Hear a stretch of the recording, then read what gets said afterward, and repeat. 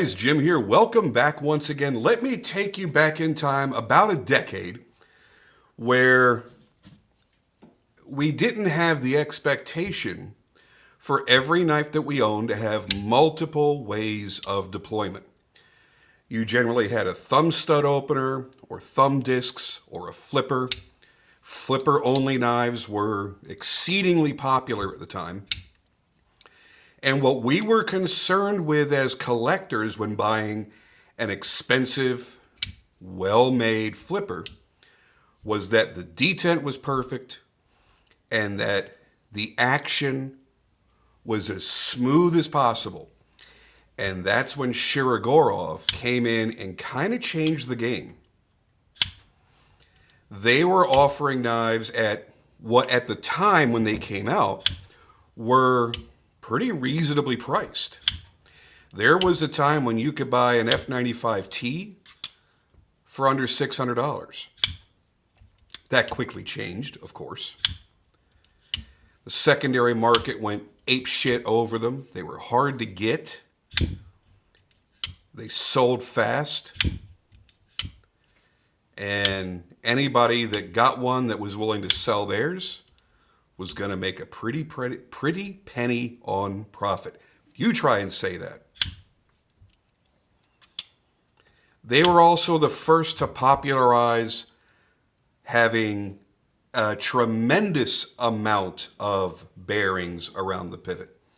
Instead of what we now know as SRBS, a single row of bearings in the channel around the pivot, they were introducing multiple rows, staggered, of, in some cases, different types of bearings.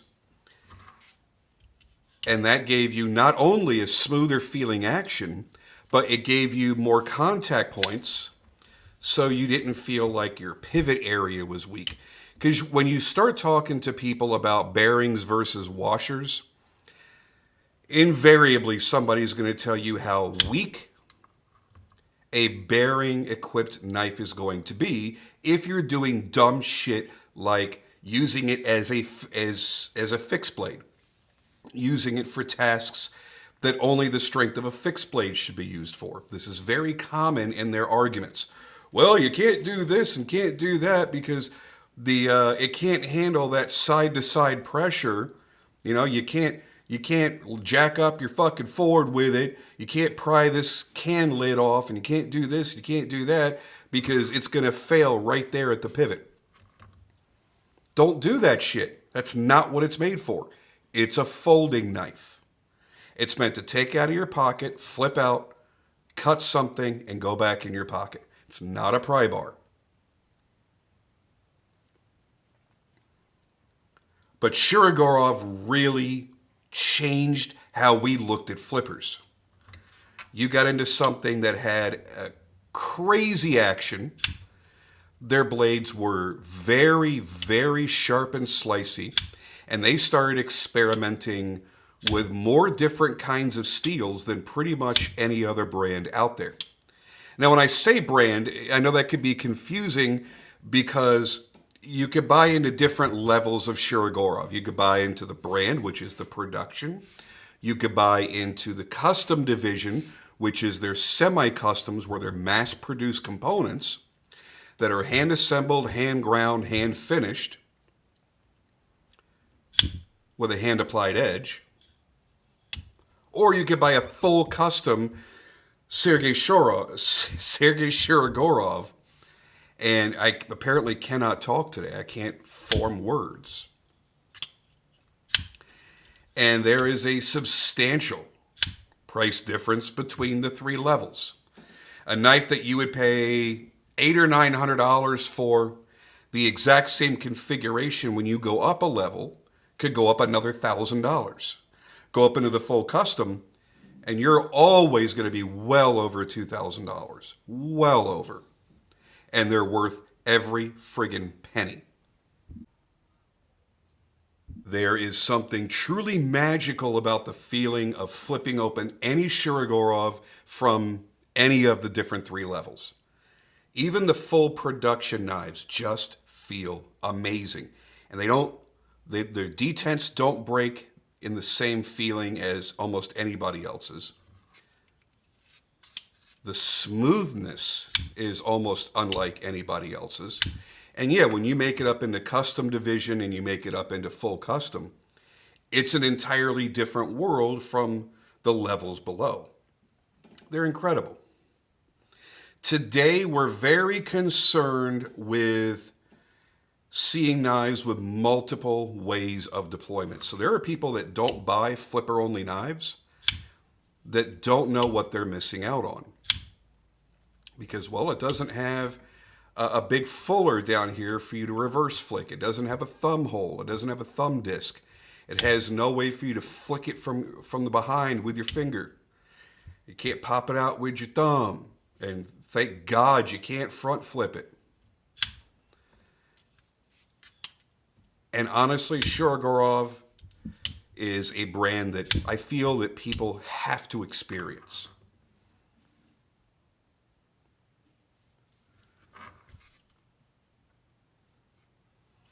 Okay, let's get into the faster paced section, TLDW. For those of you with short attention spans that can't sit through an entire review and don't want to hear all of the details about everything about the knife, you just want to know the highs and lows. Here you go.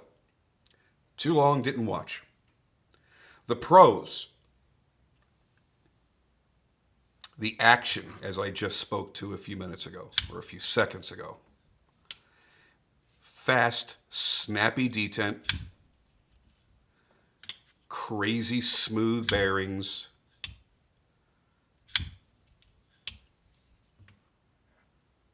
you never feel dissatisfied with the action on any Shirogorov. And there have been Shirogorovs on washers, by the way. I remember many years ago buying what was it, the 111? Was that their largest one back then? And it was on washers. It was very smooth, but it didn't give me the same satisfaction that a multi-row bearing system equipped Shirogorov did. It was just a feeling that I was looking to stay with. Then when I realized it had washers, I was like, okay. I mean, it's nice. It feels good. Great detent as always, but it just didn't scratch the itch in the same way.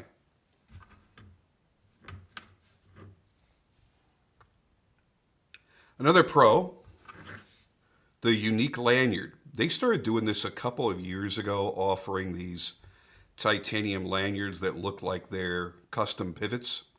It's a great accent. It looks really cool because you've got that on one end of the knife, then you have it on another end of the knife, and it's a good shape. It works. This little Tylenol shaped lanyard. If you don't like lanyards, then I don't know what to tell you. If you like lanyards, you're really going to appreciate the uniqueness of this. It's not shaped like a skull. It's not shaped like a testicle. It's flat, and it's really nicely milled. It goes along very well with the overall aesthetics of Shirogorov's knives.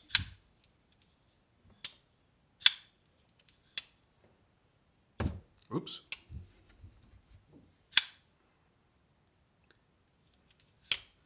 Perfectly jimped flipper tab. Oh yeah. You've always got solid purchase on their flipper tabs. Not that their detent is so hard that it's a finger-breaking detent where your finger's probably going to slide off the flipper tab anyway. But having good purchase just gives you the confidence that everything's going to be just fine. The cutting edge. Another thing that Shirogorov does very well is they have really good geometry on their bevels and on their edges. They're always crazy sharp out of the box. You'll never hear somebody say that they had to put a new edge on a brand new Shirogorov. If they're just one of those people that feels that they have to put a new edge on everything that they get immediately for some dumbass reason, that's on them. But you'll never hear somebody say they felt the need to do it because they're always sharp. Now, that sounds like it should be a given. You're paying a lot of money for a knife. It damn well should be sharp. If you've been collecting long enough, you have bought knives from various knife makers and various companies that delivered to you a knife that wasn't a keen edge. And that sucks because you bought the knife to use it. You want to be able to use it. And instead of slicing through something, it's tearing through it. These guys do a really wonderful job. I don't know what the training procedure is like for the employees that go to work for Shirogorov, but man, it has got to be intense. Because the consistency from knife to knife is incredible. Every knife is super sharp. Every knife has a great action. They don't torque down their hardware too much. You know, it's not like you got a super tight pivot out of the box, which is a good thing because one of the cons we're going to get to later, we're going to be talking about the pivot design and its proprietary hardware. If you don't go out and buy a $300 tool, then you risk marring up this soft titanium. If you try to just use a regular flathead screwdriver, it needs to be a thick blade screwdriver so that it's not moving around too much and it doesn't scratch up and mar the titanium pivot. And up until recently, this was a free spinning pivot on the backside, and now they are captured pivots. So when you're tightening this down, you're not just spinning the other side of the hardware. So thank goodness for that. Another plus, a properly designed and properly executed pocket clip. Where the pocket clip design doesn't look like an afterthought, it goes well with the design of the knives, always. Shirogorov is excellent about that. They spend the time to put some milling in there and really make this nice. One thing that the camera is probably not picking up right now is the detail of the milling in the scales. And that's why you're getting these micro lines milled into the pocket clip. It's a beautiful matchup. And it's functional. It works so well.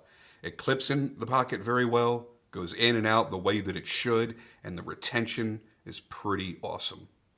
Now, this isn't my knife, so I don't get to carry it around all the time. I did pop it in my pocket yesterday and just kind of wandered around the house. I wasn't out hard using and abusing this knife. My good buddy Alex over at the Watch and Cut channel sent this over. Love that guy, man. And he always has really unique, interesting knives being added to his collection. So I'm glad that he is trusting enough to send this through the mail and get this out to me so I could review it, because as soon as I saw one of these, I was like, I've got to get my hands on one. And when I found out that Alex got one, I'm like, dude, you got to let me borrow that just so I can photograph it and review it, because that thing is sexy as all hell.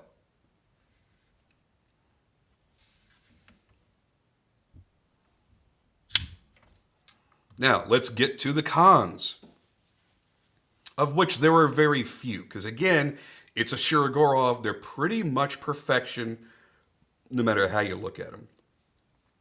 The name Techno Carbo, I can't stand. That is the carbon fiber that's the material that's being used for the carbon fiber on the scales. Can't stand that name, Techno Carbo. I wish it was Techno Carbon. The ending it with the O, it sounds like I'm a child and I'm trying to say something and I don't know how to pronounce it. Can't stand that name. But it's a really badass material. Now, as I understand it, Techno Carbo is the next evolution in carbon fiber and quartz. Go back a few years and a really, really hot material was called carbo quartz. And again, I wasn't crazy about the whole carbo thing, but it didn't end in carbo. It began with carbo quartz. It was extraordinarily expensive to buy as a raw material. I had a few customers of mine that ordered knives from me that wanted carbo quartz, and I would have to show them because it was hard for people to grasp. On the show side of the material, when you would open it up, it would have a price sticker on it, and it would show that it was $300, $400, $500 for a little piece this big. Basically, enough to make two of these scales. So one knife worth of scales would have been $300, $400, $500 depending on the color or the combination of colors that were being used. The white, as I recall, was the most expensive because it was white with layers of black underneath. So when you would contour it, you'd bring up these really cool black stripes. And it was actual quartz that was somehow molded in with the carbon fiber. And the story was there was only one place that you could get it from. It was the company that was supplying the material for watch cases being used by a very, very, very, very high-end, very expensive watch brand. And it was pretty much exclusive to them. And the autoclave that was used to produce the material, there was the claim that there was only one, and it was in Switzerland. And so everything bottlenecked through that one facility. Everything had to go through there. It made it very rare, very, very, very expensive. So basically, any knife that had carbo quartz on it, you figured you were going to pay an extra $500 for that knife just to upgrade to carbo quartz. Now, Sako at Recon 1, which is, by the way, where this knife came from, Alex drove over to Recon 1, purchased the knife, and then came back home with it. Sako has developed this new carbon fiber called Techno Carbo. I just can't stand saying that. And it seems to me that it's the same stuff.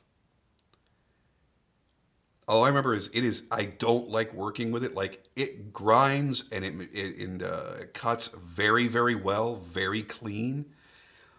But it must be the quartz that's in it. Carbon fiber dust is already very, very, very, very fine, so it stays in the air for a long time. It's easy to say, well, if you don't like it, then wear a respirator. Yeah, you're wearing a respirator when you're grinding it. But if you go back out in your shop a couple hours later and the dust is so fine and so light that it's still falling, it's still in the air, this shit sucks to work with. It absolutely sucks to grind. It ends up everywhere. Absolutely everywhere. Just one of those materials that you're pretty sure that in 30 years when your doctor tells you you've got some sort of weird cancer, you're going to look back and go, it was probably from grinding this stuff. I used up the last of my carbo quartz probably about a year and a half ago. It looks really good. It's super easy to work with. And it's easy to finish. So you can always get a spectacular looking set of scales out of it. Doesn't take a lot of finesse. It's not like something like, working with resins and things where you have to hand sand it to like a ridiculously high grit and then buff and polish it. You don't need to do all that at least with carbo quartz. I don't know about Techno Carbo because I have not worked with it. I did promise Sako I am going to buy some from him so that I can do a few knife builds because I'm excited about it. I'm excited about seeing how close it is to what that was. By the way he explained it when he first introduced Techno Carbo, it sounded a lot like the properties of carbo quartz. That's why I'm making that association. He never came out and said, hey, this is just like carbo quartz and here's a replacement for carbo quartz. Not at all. That's what I'm relaying to you is out of my own imagination. That's how I feel that it seemed like it matched up. The colors in the deep sea variant of the Techno Carbo, absolutely gorgeous. And when the light hits it just right, the colors just pop. Absolutely pop. I walked outside with this thing yesterday in the sunlight. I was like, holy crap, it is twice as beautiful outside in the sun as it is sitting here. It is gorgeous. It's a lot like what it's replicating, like abalone. It doesn't have the chatoyancy of abalone, but the teals and the blues just come popping out like they're reflectors. Really gorgeous. I love the fine milling on here too. Not only does it look good when you're close enough to actually see it, but it feels really, really good too. They've also milled in these slots around certain contact points. So you have basically the same effect as you would have if the titanium had jimping in it. Just gives you a little bit more grip.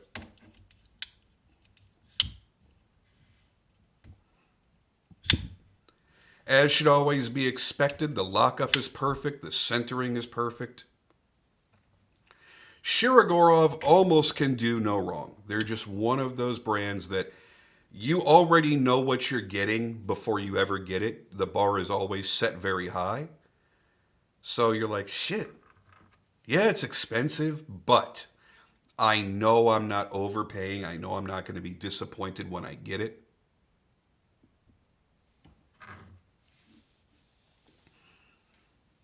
Absolutely gorgeous. I really wish I would have picked up one of these. Now, the cons. Proprietary hardware. Yeah, man, that always sucks because if you don't have the right tool, you can very easily bugger up that hardware if you take your knives apart for any reason or make any pivot adjustments. And the only con for me on this specific knife is when it comes to Shirogorov, when I think Shirogorov, I always go back to the F95T and the Hati, and this just feels big and bulky in comparison. I do believe the blade stock is significantly thicker than the F95T. It just, because you have the thicker scales and they're contoured, it's going to feel fatter than a slab-sided titanium frame lock. So, yeah, it feels a little bit bulkier. Not overly bulky, not ridiculous. But for someone that's buying into a Shirogorov because they're used to them being very slim, very flat, disappearing in the pocket, this one's going to catch you by surprise. It's going to feel like a little bit of a chonker, a little bit of a thick boy. Tell you one thing, man, I miss my old turtle. I miss my old hottie. I had a custom division hottie that was quite simply one of the most amazingly manufactured knives I have ever owned at any price range. And even back then, a decade ago, you were going to spend about $2,300 for that particular knife. This one, I don't recall what the original sale price was when Recon One put them out there. Because Recon One, keep in mind, is the official distributor for Shirogorov knives in the US. And they also handle all of their warranty stuff as well. It used to be somebody else, somebody that used to treat their customers like absolute dog shit. And thankfully, they pulled their exclusivity from that individual.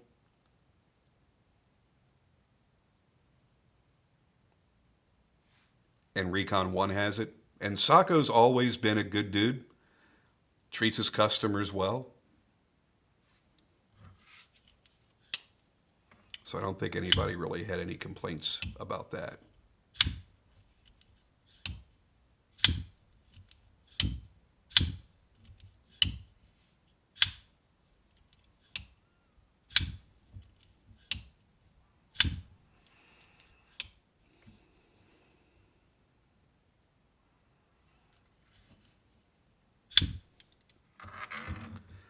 All right, we'll make our way into the specs portion. All right, you got 8.875 inch overall length with a 3 3/4 inch blade. It's a 4 inch cutting edge, by the way, because it trails all the way up to the tip up there. You've got the MRBS multi-row bearing system. The hardware is all stone-washed. Pivot screws have the titanium anodized pivot collars. They did a nice job on that. Again, it's the little things, it's those little details that they don't skimp out on that makes the knife feel more special. You've got nicely finely milled, textured, contoured, techno-carbo deep sea carbon fiber scales.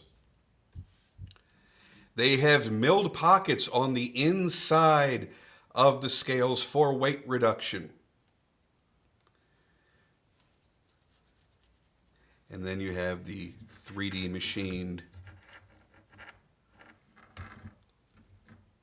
lanyard.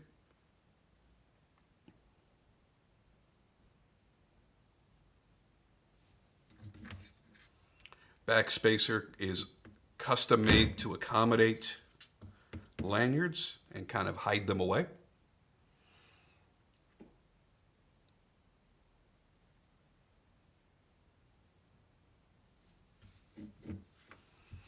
Don't forget about the hidden hardware for the pocket clip.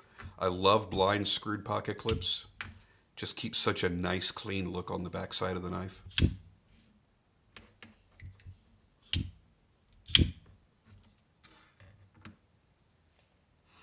Boy, I tell you, the people that were just pissed off at me for the last video I uploaded, talking about how a $500 titanium integral was just grossly overpriced and how would anybody spend that kind of money on a production knife? Boy, you are going to fucking hate this video. Because to go out and buy one of these right now that they're all sold out, I know that you're going to spend way over $2,000. You're getting closer to $2,500 if you want to buy one of these. It's all secondary market now, baby. So suck it up, Buttercup.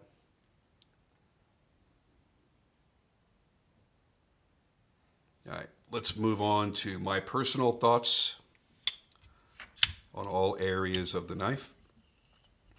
This is a knife that I would tell anybody, if you're looking for what is essentially the perfect flipper, this is the way to go.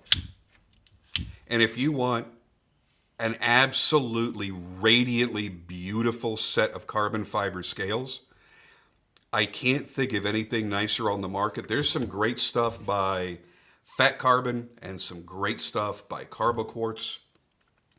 Here is the Brittany Blue that I have on my Jack Wolf Knives Javelina. And while it's gorgeous, the colors still don't scream out of it like it does here.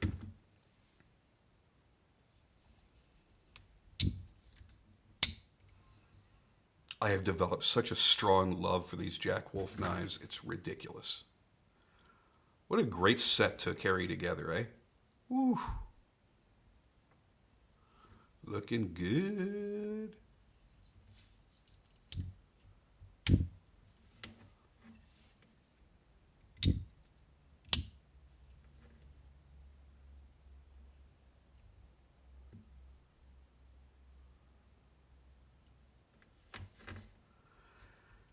That just has such a more vivid play of color. My goodness. I can't stop staring at it. Really, really gorgeous knife. And I don't think it's gorgeous in a way that people are going to be afraid to carry it. Because really, you're not going to really do much to hurt carbon fiber. And it's not like Damascus where the oils of your fingers will dull the colors and you have to make the colors pop again by using Windex. It's not the same. This is This is probably always going to look like this. Unless you've poured some weird ass chemical on it, I can't imagine you could do anything to make these colors pop any less than they do. Look at the thickness of that blade. That's crazy.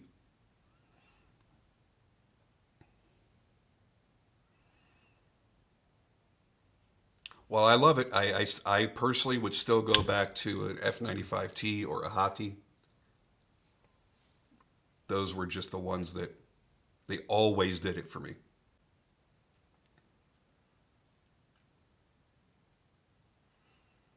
All right. When it comes to everyday carry, this might feel a little bit big for you.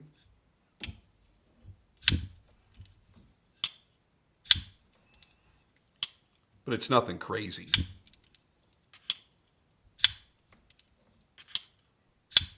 Man, I cannot get over how good that feels.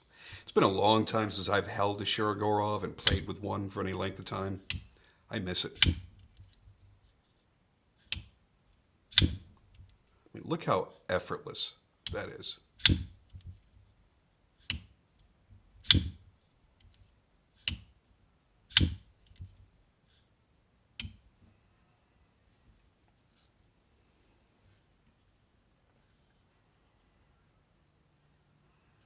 Keep an eye out for other special editions in the future. I don't know how many there may be in the pipeline, but I can guarantee this, if it's going to be available, it's going to be available at Recon 1.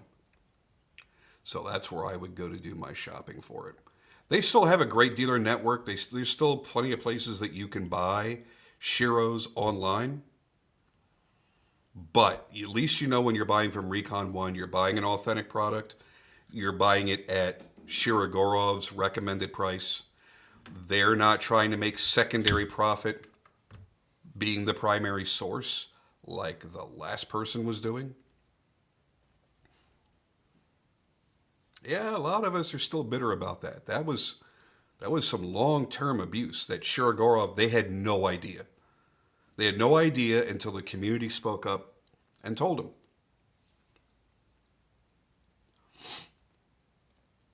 And that got me a cease and desist letter sent to my ass.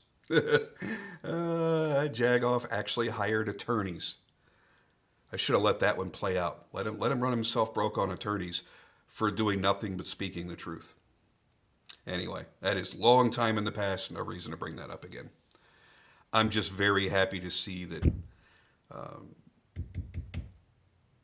that Sako's doing so well with Shirogorov. Good to see. All right, I'm going to get out of here for now, guys. Thank you for watching as always, and thank you to all my patrons that help make these videos possible. And if you'd like to become a patron yourself, just go to patreon.com/Jim Skelton Knives, and you can become a patron for as little as $5 a month. And I'll see you guys on the next video.